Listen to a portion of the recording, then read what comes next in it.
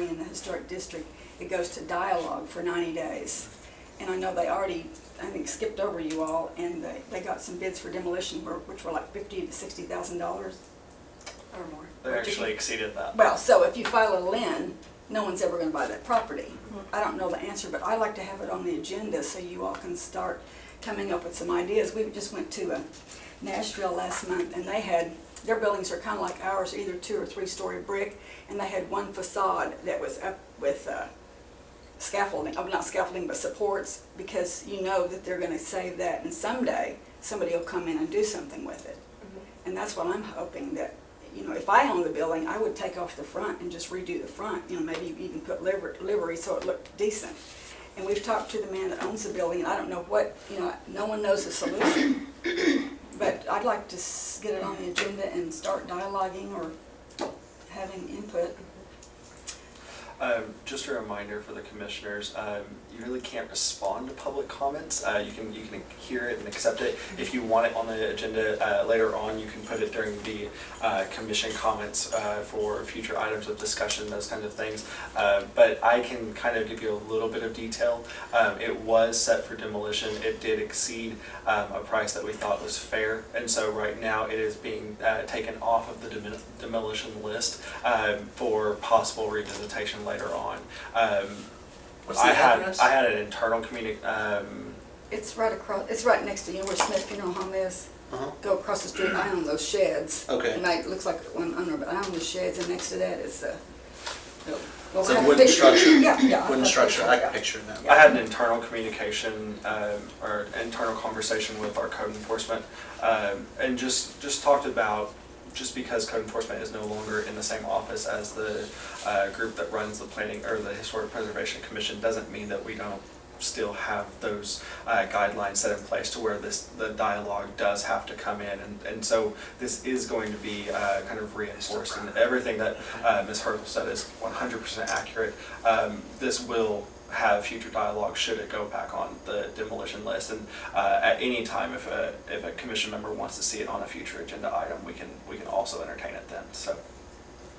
And the other thing is, a few years ago, Dr. Blackburn, Oklahoma Historical Society, said they don't send preservation people to Guthrie anymore because all our street lights need to be painted, the signs, everything is shabby, and they send people to Kingfisher. And if I don't know if you want to remind the city council that that needs to be done, and if they don't want to spend the money, a citizen committee. I know the courthouse, they have those street lights, and I've seen people up on a ladder with a paintbrush, so it's not like you have to hire a, you know, commercial person, but I mean, we're just shooting ourselves in the foot by keeping things tacky.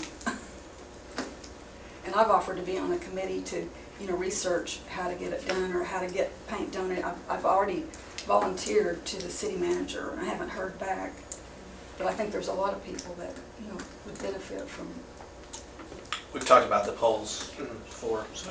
And that's kind of a almost a multi-jurisdictional matter. We're talking about how many boards and commissions are affected by it. Tourism, of course, planning, you know, when we talk about beautification and those kinds of things, and certainly historic preservation. So Ms. Hertel and I had a good meeting last week, and we got a couple different things addressed, and started kind of looking into a couple different options for several different things in our downtown. So, and I appreciate her being here tonight.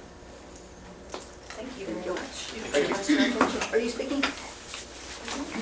Yes. Next on public comments, we have Mr. Jeff Hertel. Goodbye. Thank you. Put that in the notes, please. Thank you for listening. Thank you. Thank you. See you guys. All right. Any other public comments? That was the only two that we had signed up. The rest of our guests that are here are for applications or discussion of the National Registry. So. Okay. All right, so next on our list is the approval of minutes for the previous meeting, October 5th. Has everybody had a chance to look over them and read them? I'll make a motion. I'll second. All right. All right, motion to approve made by Commissioner Long, seconded by Commissioner Mahoney. Motion to approve, all in favor, please respond by saying aye. Aye. All opposed? Hearing none, motion carried. All right. Agenda item number 4 is discussion and possible action on application 2015-2011-3309 concerning request for exterior building signage at 116 West Violets. I'm so sorry. Dr. Owsley, is that Yes, right? Dr. yes. Owsley is here, and she was the applicant. She came in and visited a few days ago. Dr. Owsley, if you'll join us at the head of the table.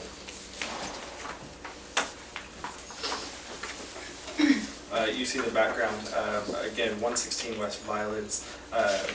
It's not going to, the size looks appropriate. Colors are listed in the 2 pages back from the report that I submitted to you guys. Any questions on behalf of the commission? I think it was awesome. I do too. Agree. It's wonderful. Yeah. Agree. I And love Z's the- painting it, so we know it'll be Yes. good. It will be awesome, yeah. this nice ornamentation and I told her decoration. that might be a critical element to put in her application. Yeah. I've only been wanting to do this like 15 years, so finally. Is there You any finally has remnants time. of any previous advertising or anything that's painted on your building? So I just want to be able, when people come up Sure. to vision, that they know that that's a dental office, because for all these years, They think it's a residence. I have a sign in my flower bed, but you can't see the sign, so. No, I love it. I think it looks great too. Now, just curious, this that's background white, will that be white? Or will It's that be cream, it's gonna be cream, and then green is actually around the edges. I don't know why that just showed up. I guess the copier. Copier will Yeah. do that. Yeah, so it's gonna be Because this cream, looks green, pink and and, we know it's not. yeah, it'll match what I have there, which is Very nice. white and. Well, I'll make a motion that we approve the sign as presented. I'll second. Motion to approve. All in favor, please respond by saying aye. Aye. All opposed? Hearing none, motion carried. That was painful. That looks beautiful, thank you. Thank you. Do you have an estimated completion date? Zeke said for me to call him as soon as y'all approved, and he should get started. Okay. So I'm thinking, by the end of November probably. Okay. Okay. Wonderful. All right. Thank you very much. Thank you.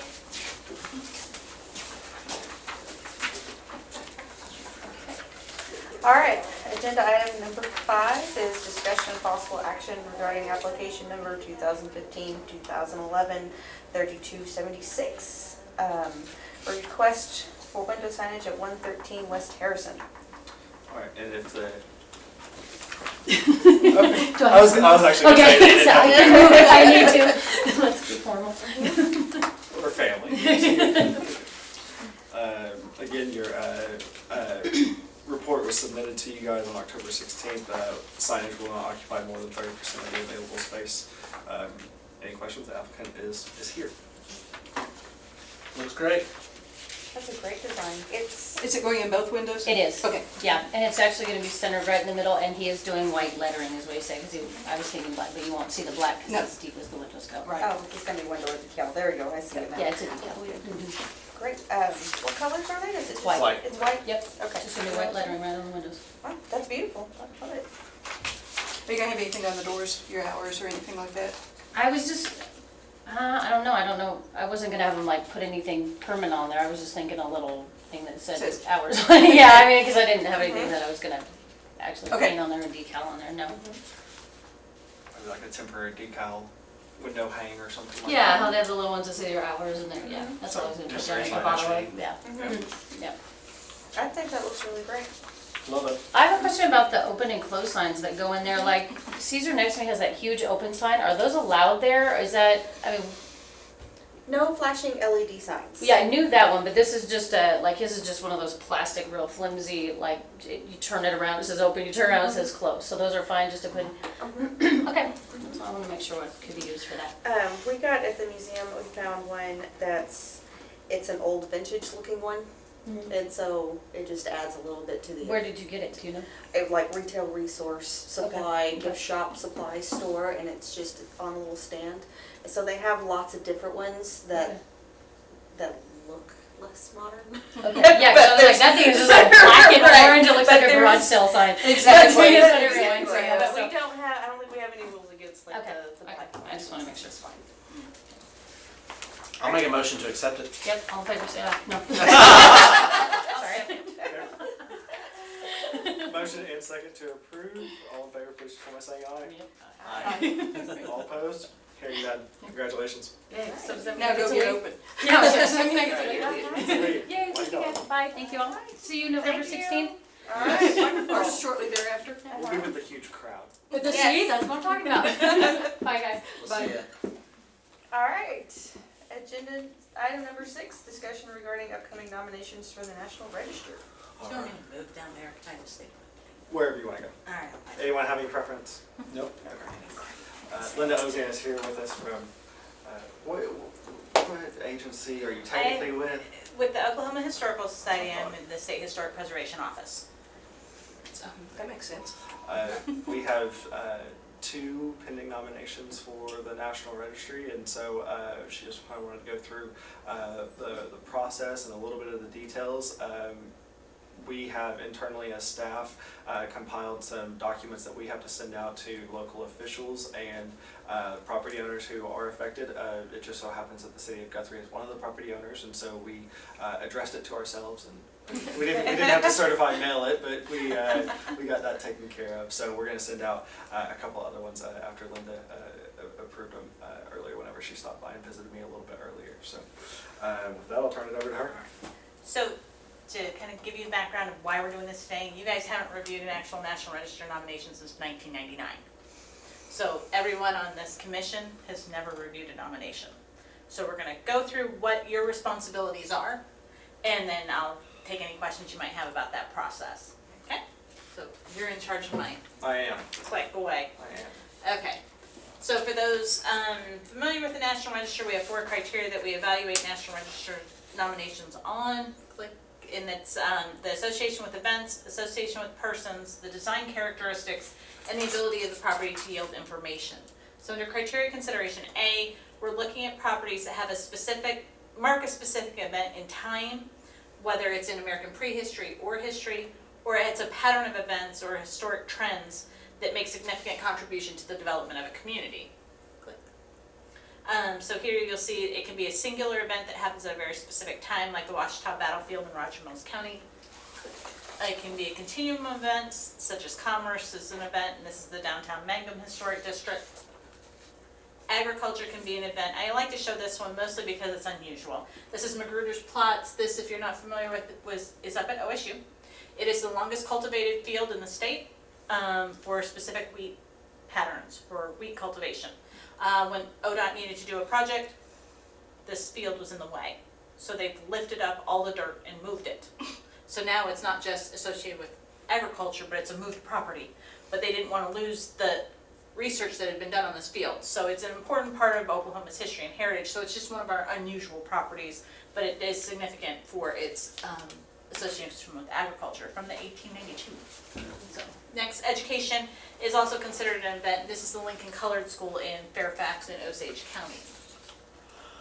Criteria B is for those properties that are associated with people who are significant in our past. It needs to be associated with the person specifically when they are important. So we need to evaluate them against all other resources that are associated with them. Next. So if we look here at the Frank and Jane Phillips home in Bartlesville, listed on the National Register initially for its association with Frank Phillips. However, in hindsight, we've gone back and reevaluated this property and realized that it's the only thing that's left that's associated with Jane, and specifically, the property was owned by Jane, not by Frank. So we had to go back and reevaluate this property and change its significance and change its name to reflect Jane's significance to the property. And then Kane's Ballroom, that's just kind of a given, its association with Bob Wills. Criteria C are for properties that embody, this is the longest one and the most convoluted one, but these are for properties that are associated with the characteristics of a type, period, or method of construction, represent the work of a master, or possess high artistic values that represent or that represent a significant and distinguishable entity whose components lack individual distinction. Next, in simple terms, we're talking really about physical characteristics of the property. Next slide. It is the most common one that we use, and it has the most subcategories with which we list and evaluate properties. So, when we talk about characteristics of a type, this is the old Santa Fe Railroad Bridge in Winnett. It's a camel through-back truss bridge. If you look at it, it looks like the back of a camel, hence its name. It is a one-lane bridge that people were using when the bridge down in McLean County failed. You don't want to get halfway across and have somebody come at you going the other direction, because it is really only one lane. It was only meant for railroad traffic. I also learned very quickly after being out there that this is also a place where we actually have quicksand in Oklahoma. So be careful when you're out here. Next. It represents a specific architectural style. In this case, this is the McGregor House in Tulsa. It's Prairie School style. It is one of the earliest properties that we know was designed by Bruce Goff. Prior to the research on this property, we had no idea that this existed as a Bruce Goff resource. So association was important in terms of architectural style, and it's now actually a tax credit project as well. It's being converted into an office. Characteristics of construction method also recognizes that vernacular tradition, such as the Beard Cabin in Shawnee, but also recognizes next. New technologies, such as the Usher House in Stillwater. This is a Lestron house. I know this is people in Guthrie kind of focus specifically on what Guthrie is significant for, which is the 1800s architecture, right? And this is very modern. And so this is something that most people here wouldn't really even think about or consider. But this is significant in terms of technology and also historically in terms of when the men were returning from World War II. This is the initial type of housing that was being constructed. This is 2 foot by 2 foot steel enamel panels that were put together very quickly. The roof is also steel enamel, and in the background you can see there's a matching garage. So when you're inside the house, you can hang your painting and artwork with magnets. Cool. All the appliances are built in and are also that steel enamel and look exactly like it. And in Oklahoma, when it hails, it's really loud. Yeah. But they're interesting architecturally. Next. They can be the work of a master, and we're talking about designers or craftsmen in their field. This is the Joyce House down in Snyder in Kiowa County, designed by Herb Green, who followed Bruce Goff at OU.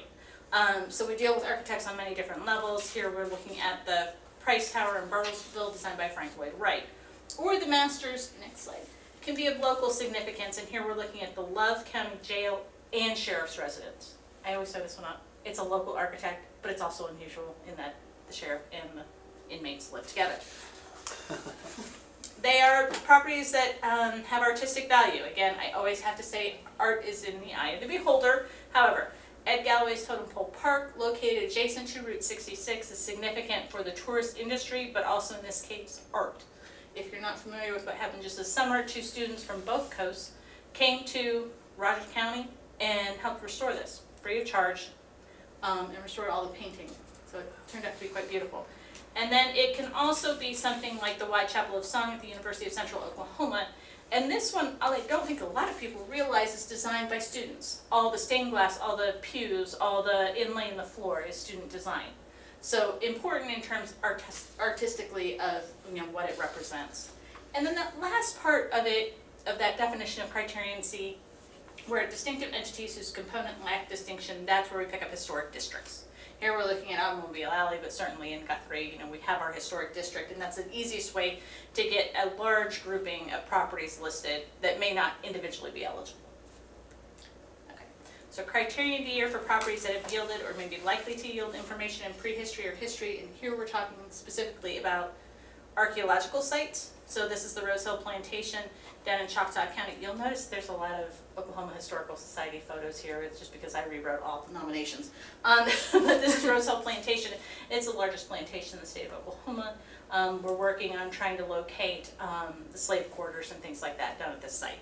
All that's left, you'll see what we're uncovering here is what was considered, I think they called it a marble stair or marble walkway that led from the military road up to the front of the house. It's actually polished granite. But we actually found the remnants of that walkway all the way up to the front of the house. And then next slide. But it can also be about the potential to yield information specifically about maybe a construction methodology. And here we're looking at a half dugout in western Oklahoma. And our review committee that sits and reviews every National Register nomination just reviewed last month one property that had 2 half dugouts on it. So we're still gleaning that type of information, and we want to recognize the importance that it could provide. While they are important archaeologically, but it is also very important to us in terms of the built environment, because we can't learn this type of methodology any other way. I mean, it just doesn't exist. So then we have to move on. We've established significance. We know why it's important. It's either because it's associated with an event, a person, architectural, visual kind of thing, or archaeology. Now we have to go and we have to look at the integrity of the property. They have to maintain a high degree of historic integrity in order to be listed. So alterations and additions can compromise the integrity, and there's the 7 aspects that we look at. You keep going way faster than I'm going. You're not gonna win on me, is all I'm saying. Alright, these 7 characteristics or aspects are location, design, setting, materials, workmanship, feeling, and association. Next. So in terms of location, has the property been moved from its original historic location, and if so, does it still have the ability to yield information or convey its significance?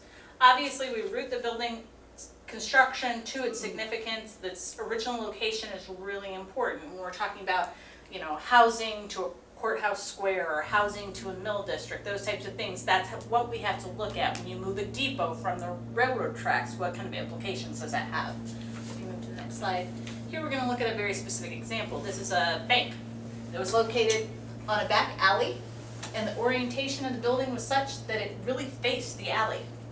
This property owner picked up the building and moved it to a waterfront location, turned the building around, and added a huge massive deck to it. Does it change the location? Absolutely. Does that alter the integrity of the building? Absolutely. We determined that it was not eligible. He argued his case all the way to the National Park Service, and the National Park Service said, no, you can't move it and put a huge deck on it and think that it's going to stay listed or be eligible for listing.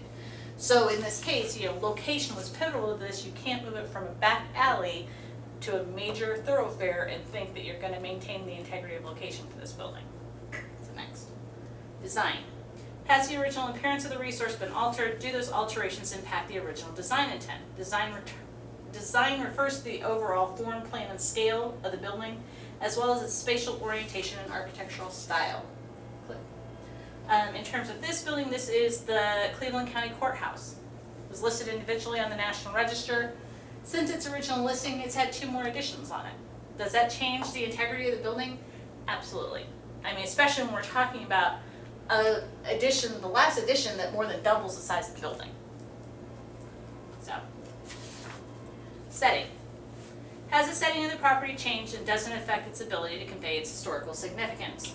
Integrity of settings is especially important for historic districts because it ties the individual properties together as an ensemble. Go to the next setting.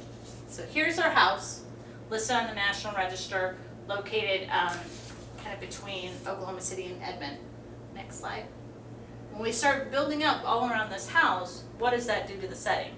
It completely changes it because this is a rural resource where we have buffalo wallows, where we have the barn and all the agricultural fields associated with it that are now being sold off piece by piece and becoming huge housing developments. Absolutely changes the integrity of the property when we're looking at it from that characteristic. Next slide. Materials. Have inappropriate materials been added to the resource? Integrity in terms of material recognizes the importance of the original materials to the building. The next slide.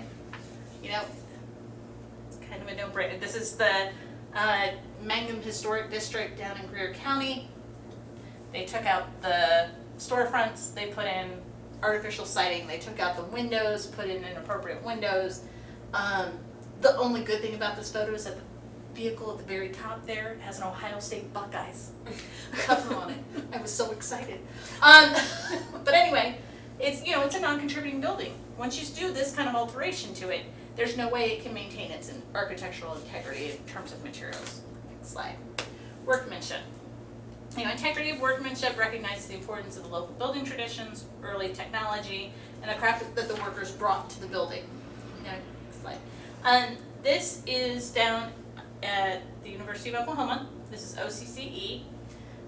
This is a very modern building. Modern buildings were designed for the interiors, not the exteriors. The exteriors of modern buildings are very plain, very simple, no ornamental details, right? When you go to the inside of them, very significant. And so it's kind of backwards of the way that we normally look at historic buildings. Normally we look at the outsides and don't worry about the insides, but when we're talking about modern buildings, we look at the inside. That's important. And here we're talking about terrazzo steps. We're talking about signs that were lit from the interior. In the upper photo, we're talking about a floor that lowers down to the basement level and would bring cars up, and they would do car shows in here. And so those features become very important of this space, and it's the materials that they use to express the architectural functions of this building that become important when we do the evaluation. Feeling. Now we get into the touchy-feely kind of aspects of the National Register and integrity issues, and these are kind of hard for a lot of people to wrap their head around. I have a hard time with them as well, but these are the less tangible issues when we're talking about National Register. This is a sanatorium used to treat tuberculosis. Very idyllic environment where you're up on the top of a mountain, where you're getting clean, fresh breezes through the building to help people get better. If you built this up with industry and all those types of things, you would lose that sense of feeling for what the property was meant to do. So those are the types of characteristics that we look at for that in terms of integrity. And then for association, again, it may be an association with a specific entity like a mill or an institution, or with a historic use such as a residential suburb. If you click the next slide, here again, automobile alley, we're talking about the association. The significance is its automobile intent. So when you start taking out on the left, that's the historic view of, in the upper photo, and in the lower photo, modern building. You know, I mean, that association with automobile industry is really lost on this specific corner. On the right hand side, you can still see some of the historic buildings are still there, which is fine, but like I said, when you build in those new buildings, you really have to look at the association and how does that play in terms of integrity. Next. So not all 7 aspects need to be there, but you really need to look at those 7 aspects when you're considering National Register nominations. All this comes into play because, like she said, you have 2 nominations to read for the next review, for your next meeting. Okay, next. So what properties should be listed? Next slide. In order to be listed in the National Register of Historic Places, you have to have significance and you have to have integrity in terms of, you know, historic context and things like that. Next slide. Significance can be local, state, or national when we're talking about aspects of history. Next. And we need to develop a thesis statement for each resource when we're looking at them and preparing a National Register nomination. We have to base it on the 4 criteria that we evaluate on, and then remember that only 1 has to be there in order for it to meet that eligibility. Again, refresher, it's events, persons, design, data. What criteria does the property meet? Is there documentation to support that thesis? And has the context of that thesis been developed to support it? Next. Don't throw in the kitchen sink. I get nominations that are 30 to 40 pages long. The National Park Service doesn't want to see that anymore. They want to know, why is it eligible? Give me a paragraph for why it's eligible and move on. So we need them to filter out the unnecessary information, keep focused on that specific thesis, and use reputable sources. We want to see them using primary sources, secondary sources, and oral histories if they're available. So an example would be, you know, has a thesis been stated? The house located at 112 East Maple Street is the best example of Mission Revival style of architecture in whatever town you're in, right? So they've stated a thesis. It is the best example of the Mission Revival style. The level of significance is local, and what criteria has been used? Architecture. So now you have to develop a thesis for it.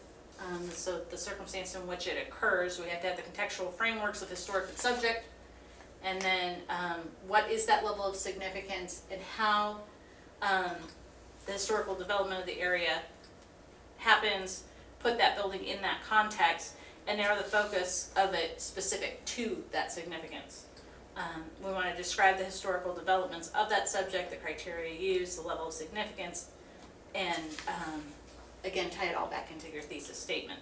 So if the context is architecture and the level of significance is local, the property is significant as an example of a specific style of architecture, and we need to identify the characteristics or history of that style. If it's commerce, you need to do that as well. When we're talking about national levels of significance, however, we really need to focus on the comparisons of our state versus other states. We need to make sure it's scholarly. We need to make sure we're meeting the standards that the Park Service defines for us. Local level is the easiest because you're just defining it within your own area of local. State level obviously is the state boundaries. National, you have to, if you're going to say it's an important African American library and you want to say it's nationally significant, you better be prepared to make that statement of, I've compared it to every African American library in the United States and this is why it's important. Or I've compared this ranch to every other known ranch in the United States and this is why it's significant. And so that becomes challenging, and what I explain to people when you're thinking about listing a National Register, or doing a National Register nomination, local significance is the equivalent of a paper in college. State significance is like writing your thesis, and national significance is like writing a dissertation. And it has to have that type of research associated with it. It's very painful. I've done one in NHL, and I refuse to ever do another one, because they're just that painful and time consuming. I did the one for Honey Springs Battlefield. You'd think that would be easy, but it wasn't. So, finally, you combine the context and the statement of significance into a narrative, and you put it all together and make the National Register nomination. So from that, you will receive in December 2 National Register nominations. One is an update to an existing National Register property.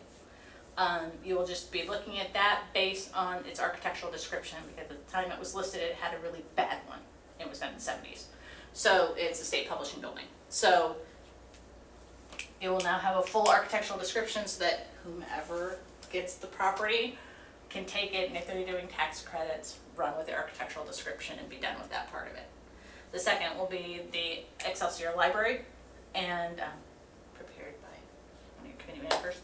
And you'll be looking at that as a brand new nomination. Even though it's within the boundaries of the historic districts, it's a non-contributing building, and so you'll be looking at it as an individual.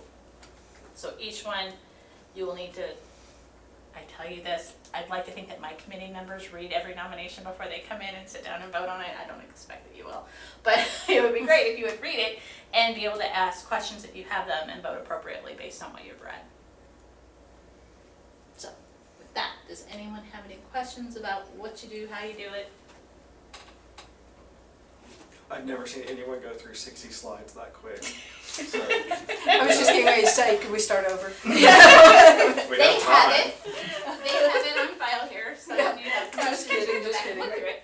You did an excellent job, Could you actually. PDF that so we can cut going? It really comes down to, I just would like you to thoroughly read them and make sure you're familiar with them. As I said, it's been since '99 since we've done a nomination in Guthrie. What was the last one done? It was the NHL. Oh, Prior to that, it was the Armory in '94. wow. So Guthrie, as I said, kind of focuses on what Guthrie's famous for, but there's more to Guthrie beyond that. And it'd be great if we could start seeing some nominations for these modern buildings that are just as important as the 1800s. I mean, Guthrie didn't just stop when downtown was built. It kept going. So, we need to recognize that historical importance as well. And you did a great job. Thank you. With the nomination.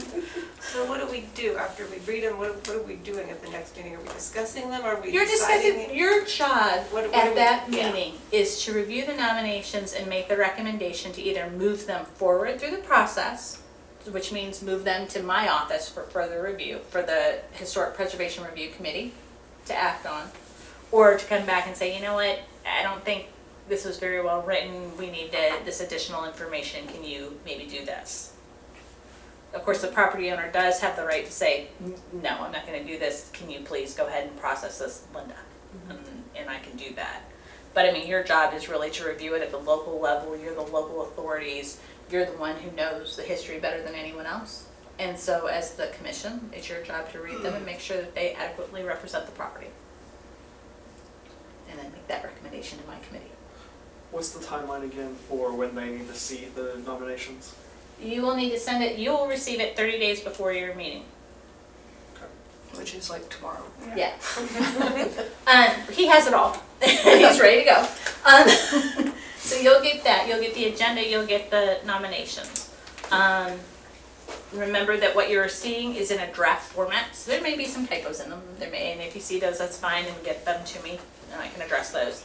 I will come back here in December, and I will present both nominations to you, with pretty pictures and telling you why they're significant, and then you will vote on that. At that point, my committee reviews them. We meet 4 times a year, January, April, July, and October. So this will go on our January agenda. And if there's no snowstorms, it will go forward. If there are snowstorms, my meeting will get canceled because people in Oklahoma don't like to drive in the snow.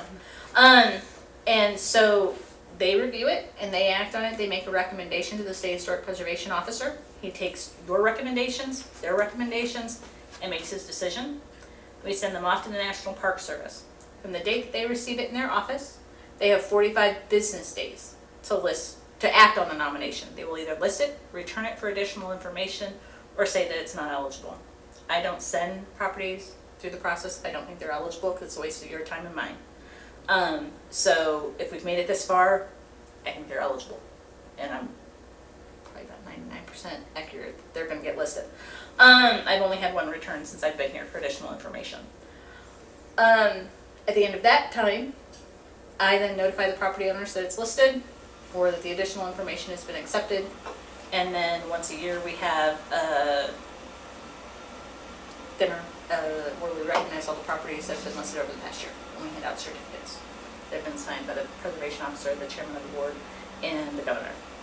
So I'll get a pretty certificate to hang in their window and move on. And then we're done. So time-wise, we just had a review committee meeting in October 16th? Is that Thursday? 16th. The properties that were heard then probably will not get listed until the end of December because of the holidays. It's 45 business days. There's a lot of holidays between October and the end of the year. So it usually happens the last week of the month. January, it usually happens towards the end of April. So Whenever I send out the agendas, it'll be, like she said, a draft agenda. You know, Shelby will put something together, just recognizing that, you know, we will be talking about this. You might have applications come in. I'm actually pretty sure that you're going to have at least 2 other applications come in for the downtown, similar to what we reviewed tonight, but those will get put on the final agenda whenever that's ready. Typically, you're 2 days in advance. So, but you guys gotta have this in your hands early on. So I'll get that to you. okay. I have quadruple checked myself with Linda on about 8 different items, just saying I want to make sure that we're doing this right. I want to make sure that there's no reason that anyone would find this ineligible for any reason at all. So we've been playing it very, very safe and checking all the boxes on every single thing that we can. At the end, when it's listed, I do a big press release that goes statewide, so you know, somebody will pick up on that as well. So we try to get as much publicity about the properties that get designated as possible. Cool. Any questions? All right. The next on our list is staff comments. Oh, I've said enough. Okay. All right, number 8 is commission comments. I want the polls put back on the next agenda. We've talked about it several times. We need to figure out a solution. They do look horrible. They do. They're all. And you know what? We need to get it done before Victorian Walk. I don't know how we get it done, but we need to get it done. If we need to go get those prisoners and some spray paint, I don't know what we need to do. We need to figure it out.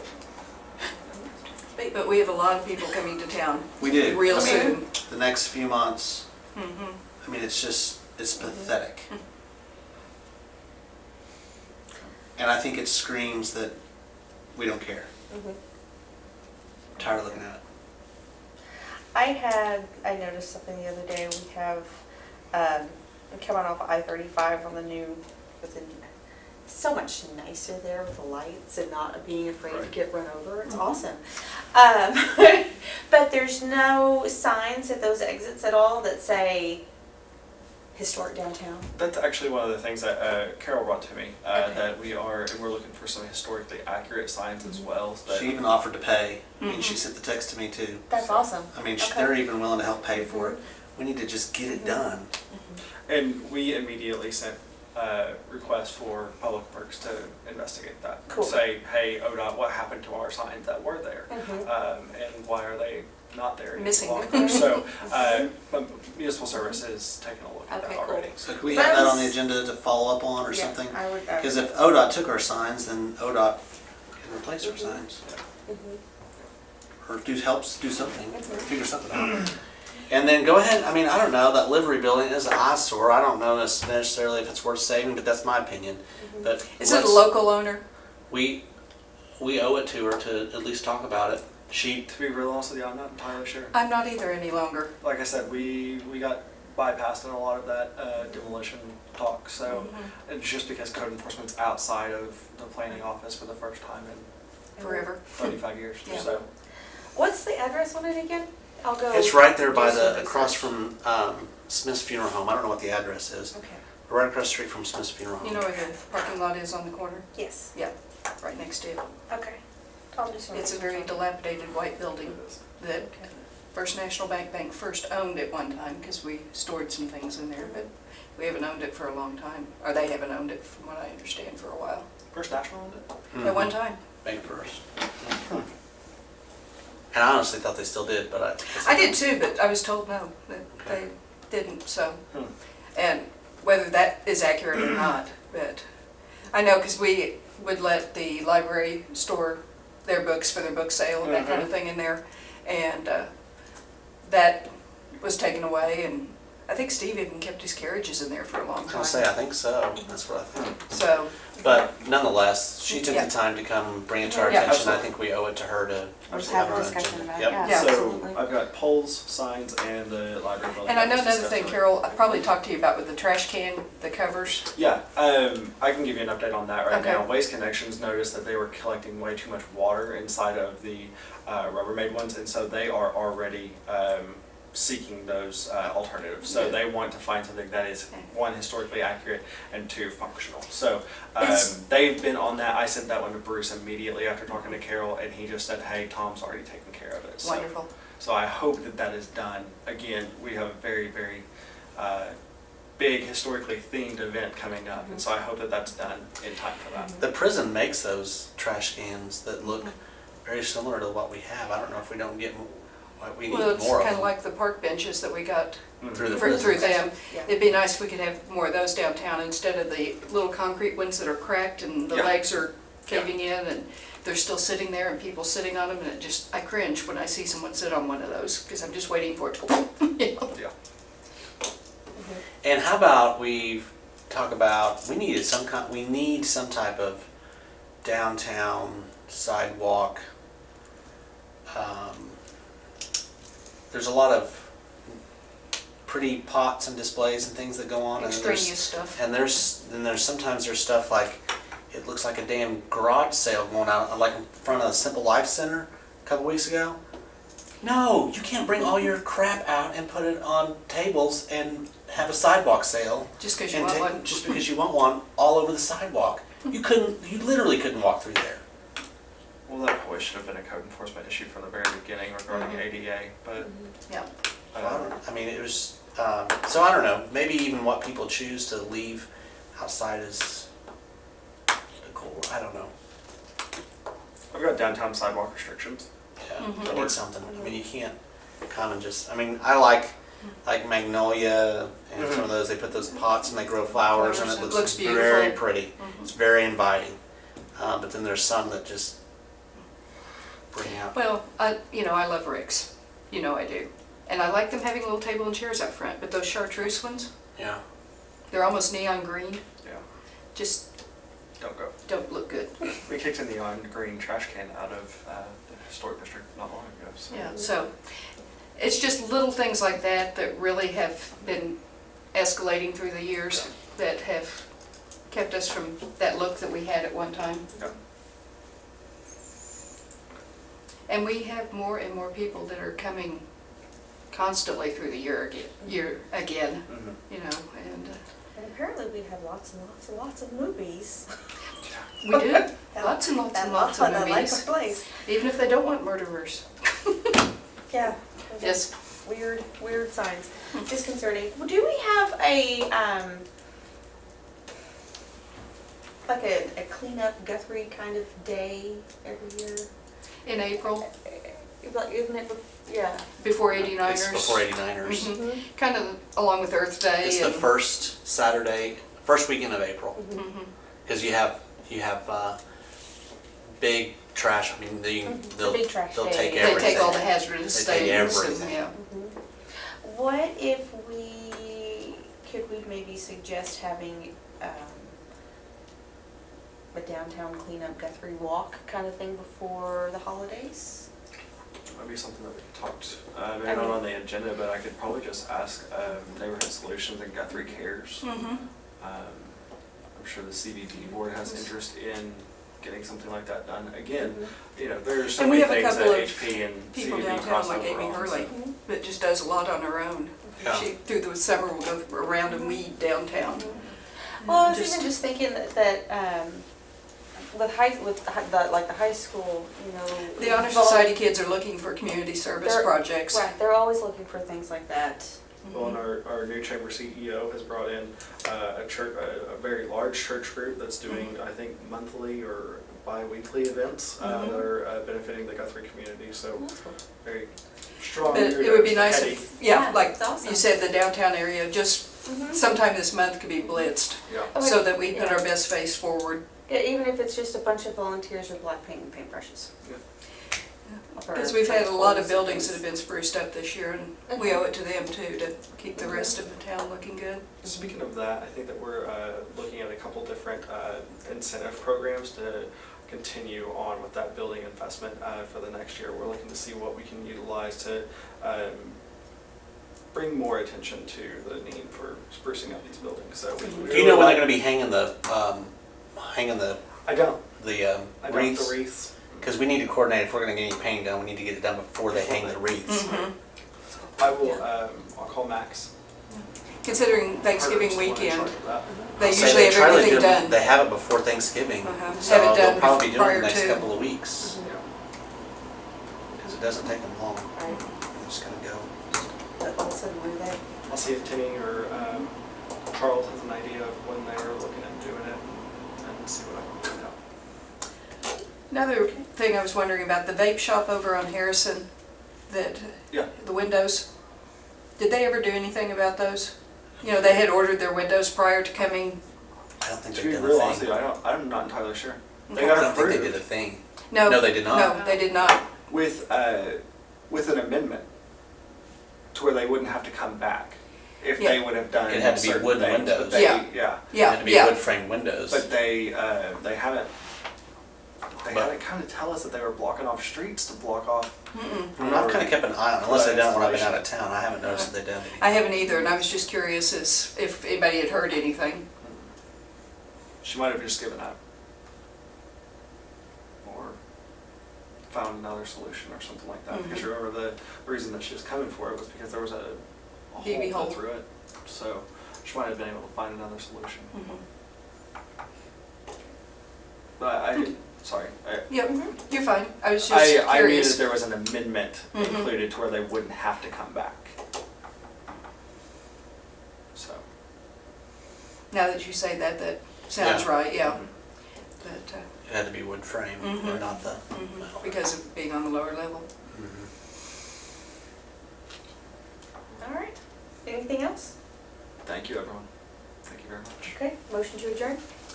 So Make a motion. You're good. All right, we're out of here. Awesome. Great job. Thank you.